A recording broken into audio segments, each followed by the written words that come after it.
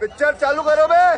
जो लोग कानून हाथ में लेते हैं वो आपके हिसाब से ठीक करते हैं? भाई गौ रक्षा के लिए कानून हाथ में लेने के लिए हमको आदेश है। हमारे शास्त्र कहते हैं कि गौ हत्यारे को गोली मार दो।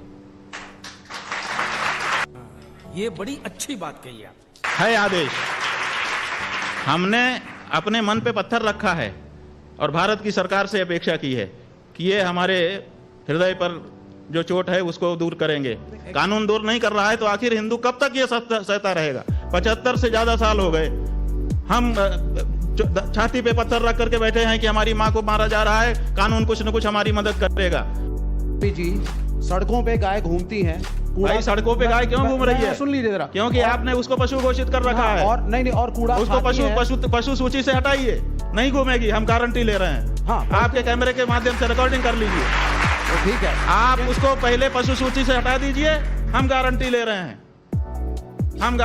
हैं, रिकॉर्डिंग करके रख लीजिए। लेकिन आप उसको पशु सूची से हटाइए। प्रेम कुमार जी को एक बार ले आऊं, उसके बाद अपनी जी आप एक्स्ट्रा कॉन्स्टिट्यूशनल नहीं हो जाएगा अगर हर नागरिक आप तो हिंदू धर्म के हर नागरिक नहीं, बहुमत। देखिए आप हर नागरिक हमारी बात मत करिए जी। जो बहुमत का फैसला होता है आप वाले सिस्टम में वही माना जाता है। जिसके पास एक ज्यादा वोट आ जाएगा वो लाखों वोटों को व्यर्थ बना करके स्वयं जीत जाएगा। लेकिन कॉन्स्टिट्यूशन क्या है?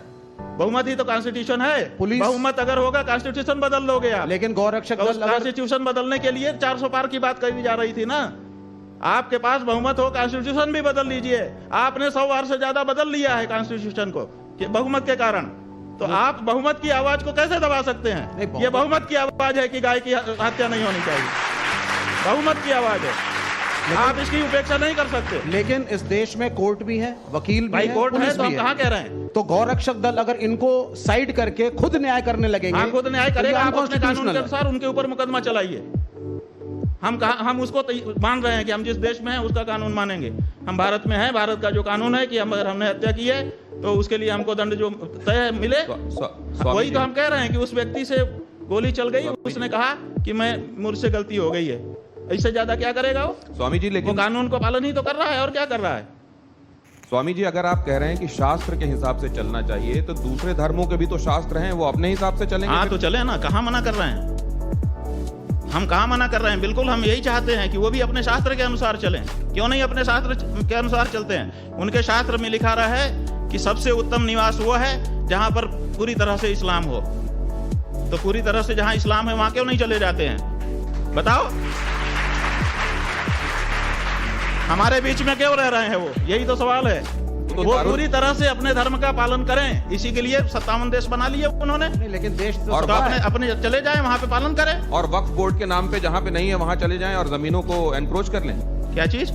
वक्फ बोर्ड के नाम पे जमीनें। भाई हमारा वही कहना है कि उनको ऐसे जहां पर उनके धर्म के अनुसार का वातावरण नहीं, उनको क्यों रहना चाहिए? विशेष करके तब जब धर्म के नाम पे उन्होंने हमारे देश का एक टुकड़ा बांट लिया। तो फिर वो दारुल हरम वाला जो कॉन्सेप्ट है वो फिर उसका क्या? वही हम कह रहे हैं कि उनको अपने धर्म के अनुसार रहने की छूट है, लेकिन वो अपने वातावरण में जाके करे। वो हमारे वातावरण में हमको रहने दे। प्रेम कुमार जी को लाता हूं मैं इसमें। प्रेम कुमार जी, शंकराचार्य जी ने कई हेडलाइंस दिए हैं आज की बातचीत में। गो हत्या क्या है? गो हत्या पर आप कह रहे हैं बलि देना, किसी को मांस के हिसाब से, खाने के हिसाब से पशु की हत्या करना, गाय की हत्या करना, गाय के संदर्भ में गो हत्या, सिर्फ यही गो हत्या है क्या? भूखे गौशालाओं में मरती हुई गायें ये गो हत्या नहीं है? इसके लिए कभी आपने कोई आवाज नहीं? क्यों गाय गौशालाएं में गायों की हत्या, मौत, वो हत्या मैं मानता हूं, लेकिन वो गो हत्या नहीं है क्या? उस पर भी तो कोई दृष्टि होनी चाहिए। मैं एक और सवाल रखता हूं, मेरी आवाज में थोड़ी तलखी आ रही है, मैं क्षमा मांगता हूं, लेकिन और भी बात आ रही है। नहीं, जैसे आपके मन में भाव है वैसे ही व्यक्त करिए, हम इसका स्वागत करते हैं। ठीक है मैं धन्यवाद। साथ साथ और भी बातें हैं। भाई कश्मीर में पंडित विस्थापित हुए ना, कितने लोगों को बसाया गया, कितने पंडितों को बसाया गया, और इसके लिए किया क्या? एक हिंदू धर्म के शंकराचार्य के नाते हिंदुओं को, हिंदू पंडितों को वहां बसाने में क्या किया गया? आपका क्या योगदान रहा? सरकार को जवाबदेह बनाने के लिए आपने क्या किया? ये तो सवाल हम आपके सामने रखते हैं। सबसे ज्यादा गायें कौन पाल रहा है? हमारी गौशालाएं पाल रही हैं। हमको इस बात का गर्व है। और आप ये मत कहिए कि व्यक्तिगत मेरे नाम से कितनी संपत्ति है, वही संपत्ति मेरी है। हिंदू धर्म का जहाँ जहाँ जो कुछ भी अवस्थापन है वो सब हमारा है, शंकराचार्य होने के नाते। जितनी गौशालाएं हैं वो सब हमारी हैं और हम वहाँ पर गौओं की रक्षा कर रहे हैं। जो गौएं मरी हैं, जिसकी रिपोर्टिंग आपके पत्रकारों ने की है, 99% वो गौशालाएं हैं जिनमें सरकारी अनुदान आ रहा है। उन गौशालाओं में गाय की हालत खराब हुई जब आपने कहा कि हम इस गौशाला में अनुदान करेंगे। अनुदान का जो पैसा है वो भ्रष्टाचार की भेंट चढ़ गया और गाय मर गई। आप निकाल लीजिए, सारी रिपोर्टिंग निकाल लीजिए। कौन दोषी है आपके हिसाब से और कौन ज्यादा दोषी? हम ये कह रहे हैं कि आप हमसे ये पूछ रहे हैं कि नाग अच्छा कि सांप अच्छा, बताइए। आप पैसा फंसा रहे हैं कि किसी का भी नाम ले दें और हमको काट ले। ये दोनों तरफ हम कह रहे हैं ना, 78 साल से ये पीड़ा हमारी किसी ने वो कह रहे हैं कि नाग अच्छा या सांप अच्छा पूछने के पीछे एक कारण है। अब निजेश जी क्या कारण है? हाँ, क्या कारण? अभी आप सर्वाधिक प्रतिष्ठित पद पर हैं अब, लेकिन संन्यास धर्म करने से पहले, स्वीकार करने से पहले आपका एक पार्टी से संबंध रहा है। तो शायद नहीं, ये भी हमारा किसी पार्टी से कोई संबंध नहीं रहा। शायद आपने छात्र संघ का चुनाव, हाँ वो ठीक है, वो छात्र संघ का चुनाव लड़ा में संपूर्ण संस्कृत विश्वविद्यालय में। एक पार्टी से मतलब एक पार्टी की छात्र इकाई के उससे टिकट से लड़ा था। सही है। तो ये एक कारण है।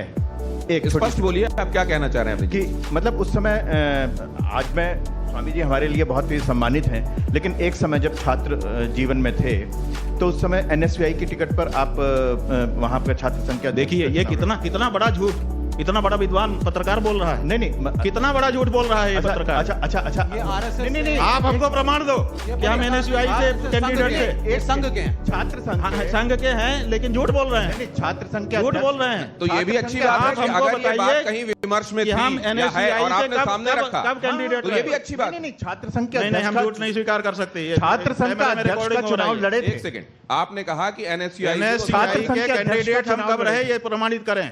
छात्र संघ के अध्यक्ष का नहीं तो माफी मांगे झूठ फैलाने के लिए। छात्र संघ आईटी सेल का काम कर रहे हैं, गलत बात है। ये पार्टी झूठ नहीं बोलना चाहिए। एनएसयूआई से कोई भी जो बड़ा आदमी है वो झूठ बोलेगा, वो छोटा हो जाएगा। छात्र संघ, ऐसा मत करिए, आपका हम सम्मान कर रहे हैं। आपने छात्र संघ का चुनाव लड़ा था, मैं ये कह रहा हूं। भाई छात्र संघ का हमने चुनाव लड़ा था, विद्यार्थी परिषद से लड़ा था। अब बताइए। और अब तो विद्यार्थी परिषद का कैंडिडेट था मैं, विद्यार्थी परिषद से मैंने चुनाव लड़ा है। अब बताइए। वो भी एक पार्टी थी ना? ठीक है, पार्टी थी, हम कहाँ, वो भी एक पार्टी थी ना सर? हम तो झूठ बोलने पर आपको कह रहे हैं। नहीं, वो भी एक राजनीतिक दल। ठीक है, तो ये तो और भी, क्योंकि विमर्श ये चलाया जा रहा है। आप लोग ये बताते हैं कि ये छात्र इकाई है, राजनीति से इसका कोई लेना देना नहीं। ज्ञानशील एकता परिषद की विशेषता, ज्ञानशील और एकता के लिए हम परिषद में गए थे, राजनीति करने के लिए नहीं गए थे। और आप अगर विद्यार्थी परिषद के ऊपर ये कहते हैं कि वो भी राजनीति की इकाई है, तो आप इसका मतलब कि अभी राष्ट्र ही नहीं जानते हैं। इसका मतलब कि आप अंदर की बात कर रहे हैं। विद्यार्थी परिषद स्वतंत्र इकाई है और वो छात्रों के बीच में नेतृत्व की भावना के विकास के लिए कार्य करती है। वो किसी दल का पिछलग्गू नहीं है। विद्यार्थी परिषद का कोई अध्यक्ष हो, आप उससे हमारी बात कराइए। हम विद्यार्थी परिषद में रह चुके हैं। आप हमारे ऊपर ये आरोप लगाएं कि हम पार्टी है, हम राजनीतिक पार्टी नहीं है। स्वामी जी, दिनेश जी, एक छोटी सी बात, आज एक बहुत बड़ी सामने साफ बात आ गई कि जो एक विभ्रम फैलाया जा रहा था, स्वामी जी के मुख से स्वयं ये बात सामने आई कि वो किसी राजनीतिक पार्टी और खासतौर से एनएसयूआई की टिकट पर नहीं लड़े। ये बहुत बड़ी सच्चाई सामने आई है, क्योंकि ऐसा आपके बारे में फैलाया जा रहा था, इसलिए उन्होंने बात रखी। स्वामी जी, तो इससे उनसे नाराज मत होइए। ये अच्छा हुआ कि ये बात सामने आ गई। हम कह रहे हैं ना कि झूठ भी बहुत कुछ फैलाया गया है, तो झूठ को कम से कम जो बड़े लोग हैं उनको कंफर्म करना तो स्वामी जी क्या कि जो वो व्हाट्सएप यूनिवर्सिटी में आएगा वही, अगर बड़े लोग, विचारवान लोग अगर वही बोलने लगेंगे तो आम आदमी का क्या होगा? स्वामी जी, एक और बात मैं आपसे जानना चाहता हूँ। ये कहा जाता है कि सितंबर 2022 में प्रियंका जी ने आपको शंकराचार्य जी संबोधित करते हुए पत्र लिखा था और मामला ये सबसे बड़ी अदालत में गया कि आपके संदर्भ में इस पदवी का इस्तेमाल होना चाहिए या नहीं होना चाहिए। इसको लेकर भी स्थिति क्या स्पष्ट? देखिए, ऐसा है कि हमारे संदर्भ में किसी भी न्यायालय में हम शंकराचार्य हैं कि नहीं है, इसका कोई मुकदमा नहीं है। आपको हम बता देना चाहते हैं। चाहे वो निचली अदालत हो, चाहे बीच की अदालत हो, चाहे ऊंची अदालत हो, किसी भी न्यायालय में ये विचार नहीं है कि हम शंकराचार्य हैं कि नहीं है। पहली बात। दूसरी बात, हमारे गुरुजी ने एक मुकदमा एक व्यक्ति के खिलाफ किया था जो अपने आप को शंकराचार्य कह रहा था। तो उन्होंने कहा कि इसको रोक दिया जाए कि ये अपने आप को शंकराचार्य ना कहे, निषेधाज्ञा का वाद कहते हैं इसको। तो वो निषेधाज्ञा का वाद चला, कई वर्ष लगे उसमें, सन 1989 से लेकर के वो चलता रहा और वो अलग अलग स्तर पर निर्णित होते हुए और जिनके खिलाफ वो मुकदमा हमारे गुरुजी महाराज ने किया था उनको बार बार रोके जाते हुए कि इनको रोक दिया जाए, रोक दिया जाए, रोक दिया जाए। अब वो सुप्रीम कोर्ट में आया हुआ है। उसको गुरुजी हमारे लड़ रहे थे क्योंकि हमारे गुरुजी शंकराचार्य हैं कि नहीं, इस पर विवाद नहीं था। हमारे गुरुजी ने कहा कि मैं शंकराचार्य हूँ, इनको रोक दिया जाए, उस पर वो मुकदमा चला था और वो अभी सुप्रीम कोर्ट में चल रहा था। उसको लिंगर ऑन टैक्टिस की जा रही है क्योंकि जो प्रतिपक्षी थे हमारे गुरुजी के सामने वो सिद्ध हो गया कि वो सन्यासी नहीं है। जहाँ तक प्रियंका गांधी के पत्र की है, तो जब हमको शंकराचार्य पद पर अधिष्ठित किया गया तो देश के बहुत बड़े बड़े लोगों ने और हमारे जो सामान्य भक्त लोग हैं उन सब ने अपने अपने ढंग से, बहुत सारे लोग, लाखों लोग वहाँ इकट्ठा हुए। उसके बाद हजारों लोगों ने पार्टिसिपेट किया, सैकड़ों लोगों ने पत्र लिखे, व्हाट्सएप आदि से सूचनाएं दी, बधाई दी, ये दिया, वो दिया, प्रणाम कहा। उसी में कुछ बड़े लोगों ने पत्र भी लिखे। उसमें आनंदीबेन पटेल ने भी पत्र लिखा जो राज्यपाल हैं उत्तर प्रदेश की, और यही संबोधन के साथ लिखा। हाँ जी, उन्होंने कहा कि ज्योतिषपीठ के शंकराचार्य के रूप में प्रतिष्ठित होने पर आपको हम अभिनंदन कर रहे हैं। अनसुईया उइके जो छत्तीसगढ़ की राज्यपाल थी, उन्होंने भी पत्र लिखा। मध्य प्रदेश के शिवराज सिंह और उनके मंत्रिमंडल के कई मंत्री वहाँ उपस्थित ही रहे। जो केंद्रीय मंत्री थे प्रहलाद पटेल जी, वो वहाँ उपस्थित ही रहे, उन्होंने अपना व्याख्यान दिया, उसकी रिकॉर्डिंग पड़ी हुई है। तो ऐसी परिस्थिति में सारे ही लोग कर रहे थे।